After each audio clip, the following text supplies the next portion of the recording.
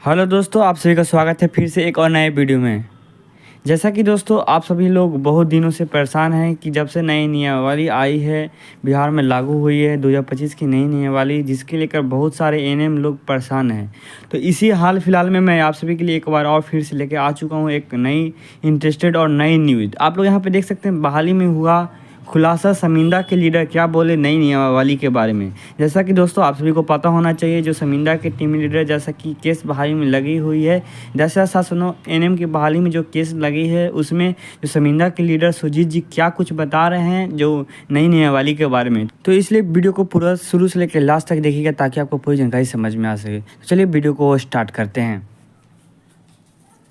तो दोस्तों यह जो मैसेज है सुजीत जी की तरफ से बताया जा रहा था, जैसा कि मैंने पहले ही कहा था कि जो शर्मिंदा के लीडर है उनके तरफ से कुछ मैसेज बताया जा रहा है नई नियमावली को लेकर। तो देखिए क्या कुछ नियमावली को लेकर जो शर्मिंदा के टीम लीडर क्या कुछ बता रहे हैं। तो यहाँ पर आप लोग देखिएगा। सुप्रभात भाइयों और बहनों, आप सभी को बताना चाहता हूँ कि सरकार किसी भी एंगल से विज्ञापन को और कैलेंडर रूल को नहीं छोड़ रहा। जितना भी टिक्रम बढ़ाना था एनएम की बहाली में लगा लिया। यानी सरकार की कभी भी मंशा शुरू से ही नहीं रही कि बहाली 2018 कैलेंडर रूल से हो, ना जाने क्या दुश्मनी है एनएम बहनों से।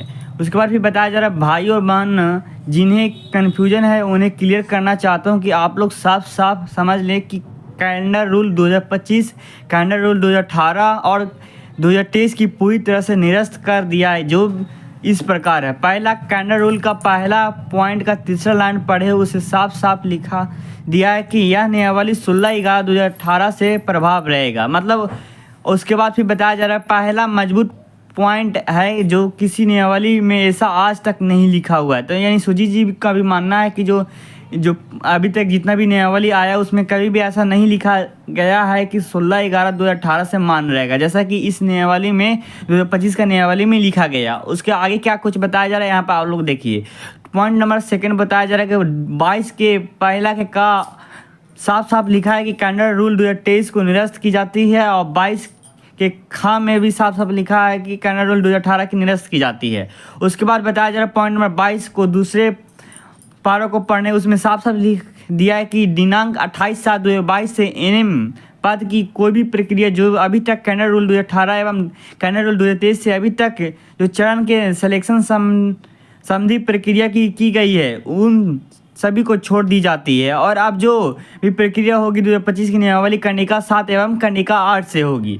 अब आप लोग यहाँ पर सोचिए क्या कुछ बताया जा रहा है। यही जो यह लाइन यहाँ पे जो सुजीत जी लिखे, इससे ही यही लाइन को लेकर सभी लोग अभी तक परेशान हुए और सभी लोग के मन में डर बैठ गया। तो क्या कुछ बता रहे हैं इस लाइन का मतलब आप लोग यहाँ पे देखिए। यानी आप लोग यहाँ बारीकी से समझे, विज्ञापन जो निकलती है उसका मेन मालिक कैलेंडर रूल होता है। यानी ऐसे समझ ले कि कैलेंडर रूल विज्ञापन का दादा होता है, बाकी सब उसके नीचे हैं। जब सरकार कैलेंडर रूल ही समाप्त कर दिया तो विज्ञापन बचने की सवाल नहीं है। साथ ही साथ विज्ञापन निकलने की जो तिथि 28/7/2022 विज्ञापन संख्या 7/2022 उसका भी जिक्र कर दिया है। तो अब क्या बचा है, यानी सरकार अपनी पूरी ताकत लगा दिया है बहाली को निरस्त करने के लिए। लेकिन जिस प्रकार रास्ता निकाल कर गड़े हुए ज़मीन से अपने बहने को ज़िंदगी बचाई थी और आशा की किरणें जगाई थी, सिंगल बेंच डबल बेंच में जीतकर नौकरी की आशा जगी थी, इसका भी काट निकालने का प्रयास कर रहा हूं, क्योंकि सरकार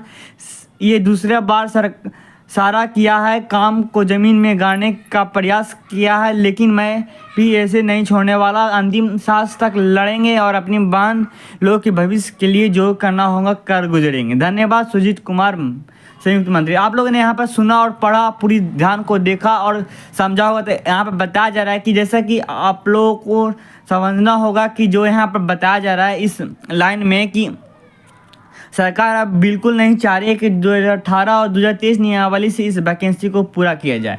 सरकार पूरी फिराक में लगी हुई है कि अब वैकेंसी को फिर निरस्त करके फिर से नई नियमावली की ओर से लिया जाए।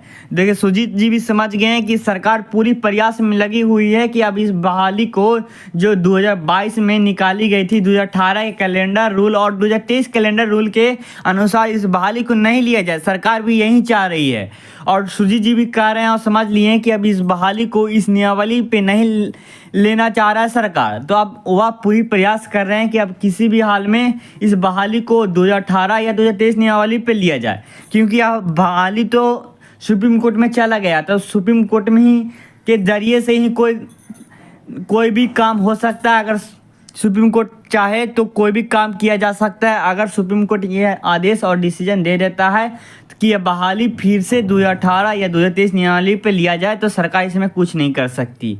बस आप लोग पूरी बात को समझ लिए कि अब जो बहाली संकट में पड़ चुकी है, अब बहाली में 90%, मैंने पहले ही बताया था कि 90% सरकार कर चुकी है, अपने पूरी प्रयास की है बहाली को रद्द कर दे, निरस्त कर दे। पर देखिए क्या होता है सुप्रीम कोर्ट में, क्योंकि अब बहाली तो सिर्फ सरकार के भी हाथ में तो नहीं है कि सरकार जो चाहेगी वो कर देगी। अब बहाली तो सुप्रीम कोर्ट में चला गया, तो ये बहाली के अधिकार तो पूरी अब सुप्रीम कोर्ट नहीं करेगा, क्योंकि अब सरकार के भी हाथ में कुछ नहीं है। सरकार सिर्फ अभी जो भी लेटर निकाल रहा है, कोई भी नियमावली निकाल रहा है, वही निकालने तक है, पर जो लागू होगा, मेन लागू होगा, जो नियम बनाया जाएगा, जो नियम लगाया जाएगा, वो सुप्रीम कोर्ट ही करेगा, क्योंकि सुप्रीम कोर्ट में यह केस जो बहाली पे लगी है, जो केस चली गई, इसलिए अब सुप्रीम कोर्ट पर ही डिपेंड करेगा पूरा। जो भी बहाली में जो भी क्रियाक्रम होगा, जो भी जिस नियमावली पे लिया जाए 2023, 2018 या 2025, जिस नियमावली पे लिया जाए अब सुप्रीम कोर्ट ही तय करेगा। आप और हम और आप कुछ नहीं कर सकते, क्योंकि आप देख लीजिए सरकार का भी पूरी मंशा यहीं पर है कि अब सरकार भी चाहती है कि अब बहाली को निरस्त कर दे और फिर से नई नियमावली के तहत नई वैकेंसी लाई जाए। बस आज की इस वीडियो में हम यहीं तक बात करेंगे, फिर मिलेंगे हम एक नए वीडियो के साथ। अभी तक अगर हमारे चैनल को सब्सक्राइब नहीं किया है तो चैनल को सब्सक्राइब कर लीजिएगा। साथ ही साथ इस वीडियो को सभी साथियों के पास शेयर कर दीजिएगा, ताकि जानकारी उन तक पहुँच सके और उन लोग जितना लोग भी कन्फ्यूजन में हो उन सभी का कन्फ्यूजन दूर हो सके। और वीडियो में जानकारी पसंद है तो इस वीडियो को एक प्यार लाइक जरूर करके जाइए। तो चलिए वीडियो को समाप्त करते हैं।